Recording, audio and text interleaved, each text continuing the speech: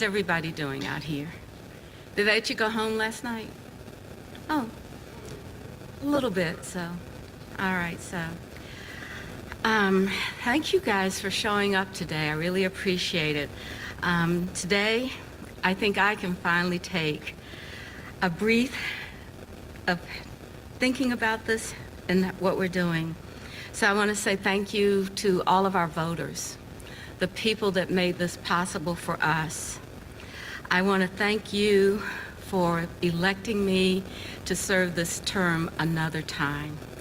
I want you to know that there's nothing better than being able to be standing as the mayor of Charlotte, North Carolina today. It's absolutely one of the things that has been passionate about me all of this time. You know, you guys forget I grew up in Columbia, but I was raised in Charlotte. And that means a lot to me, so I'm really thankful. I want to really help as we move forward again. The opportunities that we will have in this city will be great, and I hope all of us will be prepared to be a part of it.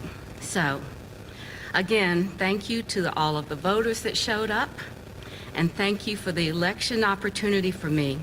And I'd also like for you to welcome our newly elected council members, Joy, JD, and Kimberly. I really can believe that these folks are going to help our council be even better. It's going to create the opportunities for us to do more, especially as we start thinking about how we're going to take on things like affordable housing, jobs, all of these things that make a difference in our city, and growth and safety. We needed these extra hands on our opportunities right now. But I want to go ahead and have some ideas about the history that we had last night. I cannot even imagine, as we waited yesterday to see what we were going to do about the mobility plan and its excitement, and the way that we were looking at it is the voters made it possible for us to do this. And I can tell stories about the mobility plan. Some of you may even remember them. You know, we talked about doing this so many years ago. I think it's been 5 or 6 years. Marcus, is that about right? There are stories that I could tell with all of the other town managers, with everyone that's touched this in some ways, but some of those stories need to stay inside our circle of just understanding. But I hope that our community will understand greatly what we have done and the steps that we've taken that's going to do this. The mobility plan is just so much more than we were talking about. Vehicles, pedestrian, bicycles, transit, safety, all of these things that are going to happen in our community. Our team has built a 30-year transportation investment strategy that would connect this community to home, jobs, medical care, and other opportunities. The strategy is what you've all known as our transportation referendum. So let me talk a little bit about the people that supported us. The Charlotte City Council, the city staff, Charlotte Regional Business Alliance, Charlotte Executive Leadership Council, the members of the MTC, the town mayors and their elected bodies, Commissioner Durrell and the county commissioners, and especially all of the former mayors that have been helping us find this place that they were supporting, and then that allowed other people to support the program as well. But again, this is all about our voters, and last night you joined our team to make this city more accessible, to give the city opportunities, to give people a place to thrive. So I know that this is what's going to be possible for all of us.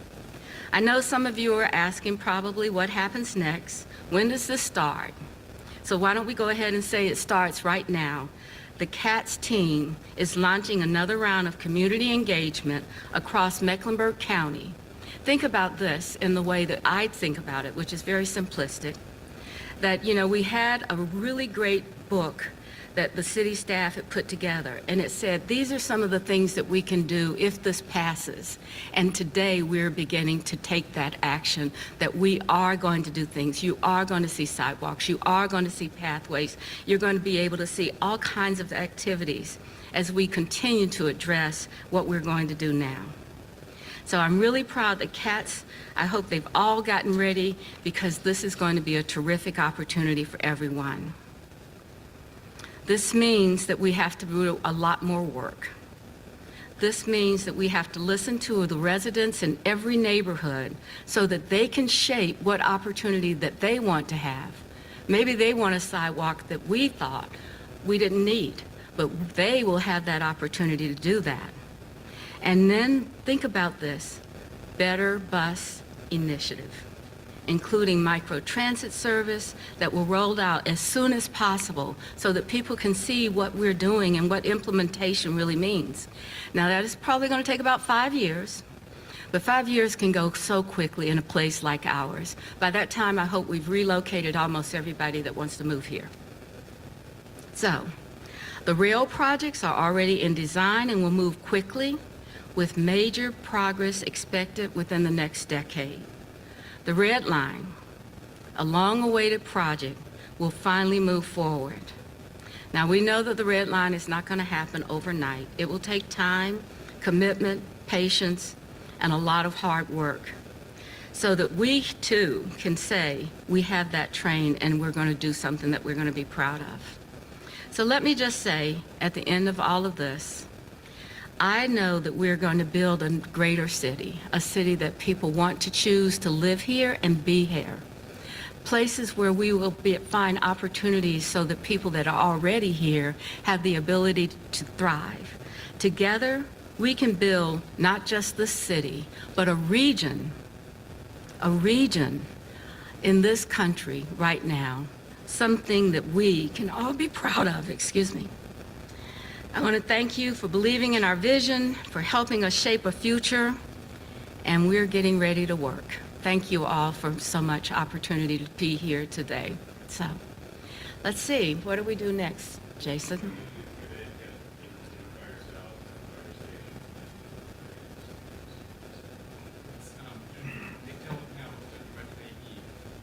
Hi, Nick, I listened to you.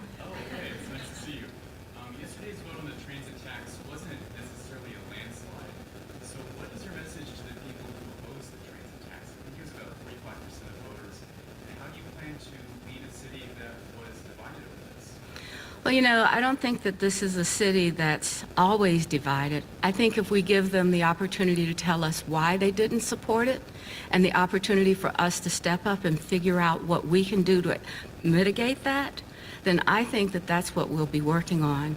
Charlotte has had other referendums, I expect, maybe not as young as I am today, but I think that what we're trying to do is make sure that people know that they are welcome to support this and welcome to be able to define the things that they want in their community and their neighborhood. So let's just start off with the idea that we're going to work to educate and talk about this, but we're going to ask the community leaders what will they want to do, because everyone's going to get a part of this. The road money, you know, and I don't think that there's a road in this town that doesn't need road money. I tell you that truthfully. So I'm thinking that what we'll do is work with the community, because that's going to be the most important thing that we want to drive back for us. So that's where I am. Smudgy wants the MPTA fixed tomorrow. It's no cooling off period for the Department of Council here. You get two choices. What kind of characteristics? As you weigh who to appoint, what's in your mind about who you would like to serve as your picks? Well, I can tell you a secret that I've already told James Mitchell who I'd like to serve, and there's a reason why. I remember reading that we needed to have people that understood what we are trying to accomplish in goal. What is our goal? What do we do? And so I believe that we're looking for people that will be committed to this hard work. This is not going to be an easy task. I mean, I'm not in construction or whatever, but we know that this is going to take time and diligence. And so the people that I supported as my two choices were, one, someone that I felt very comfortable that would actually say, this is what we need to do, or maybe we don't need to do this. These are people that live in this community that I have known for years, and they've always been supportive of what this community does. So my picks, and I don't know I want to call them that, but the two people that I asked to come together, they were energized with their ability to say, we're doing something for this city because this city has been great for us. Is there an idea of the earliest the deadline could start? And is there any way, is there an idea of that? I am not in the construction business, so I'm not going to do that. When we get our CATS group together, when the MTC gets the authority, I think that's a better question for them. What do you think what are the next steps of the authority when we actually see that change?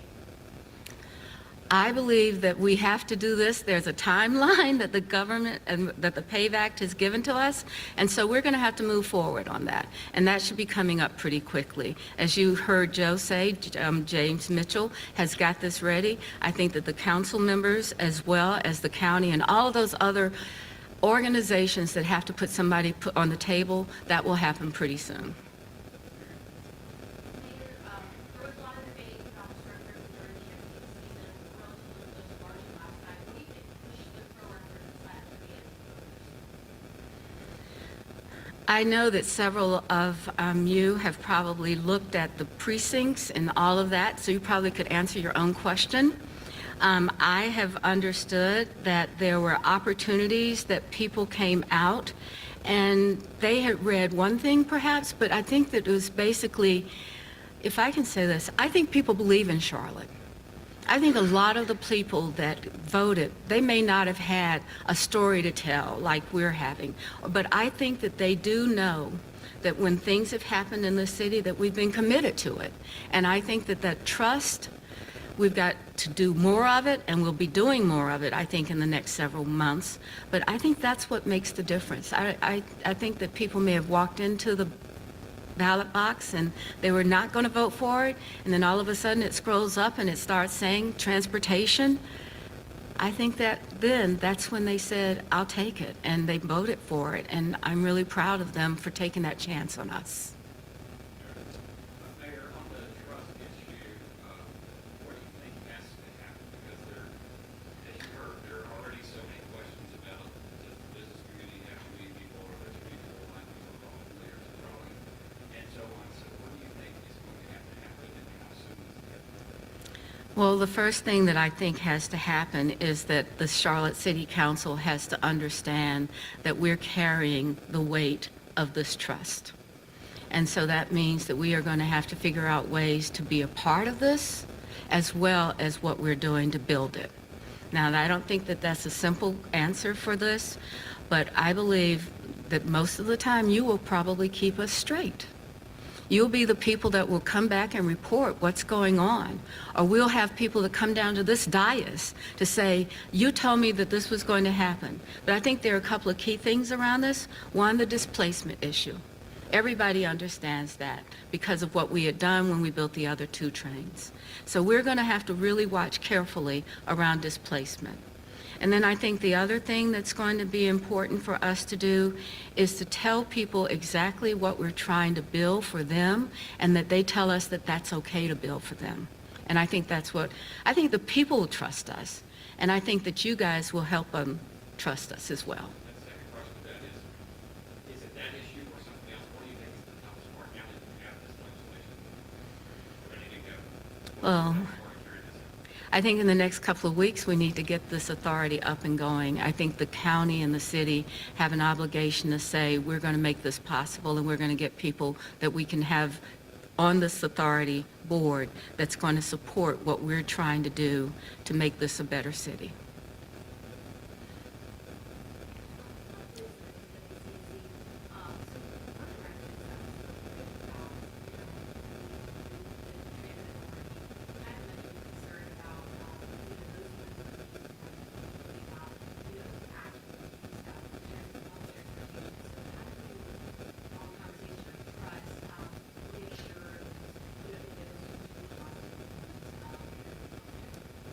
We're going to put as many buses on the street as we can in the next several months. That's what we're going to do. We're going to showcase what we're doing. We're going to tell people that they can be on a bus, they can have a bus that's going to get them to places, especially people that need jobs. You know, I know that many of us think about, well, we may have a car or whatever, but I think when you start talking about where jobs are and whether or not they're third night, you know, like the people that have to work really late at night or have to go in very early, bus will be the thing that will make that work. And I believe that that's what we'll be doing. That's the way, you know, what do they say? The show me first, and then do it. Okay.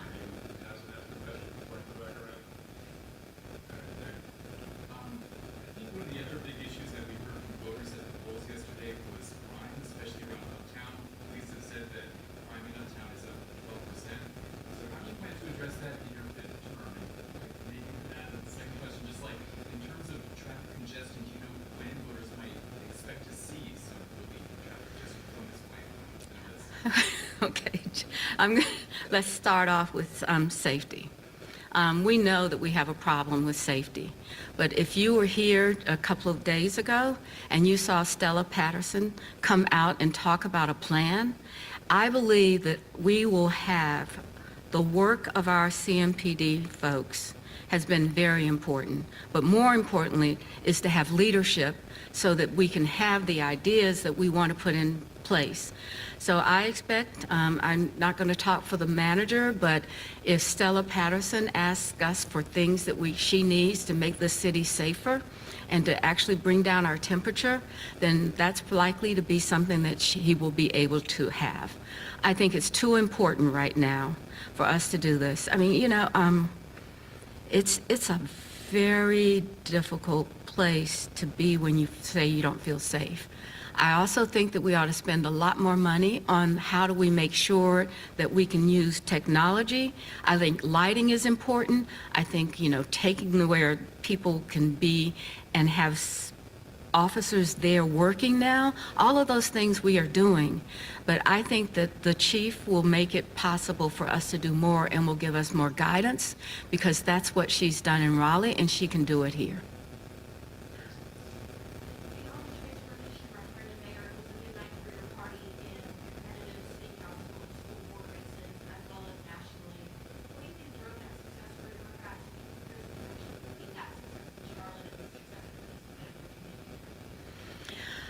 Whoa, okay, thank you for that question.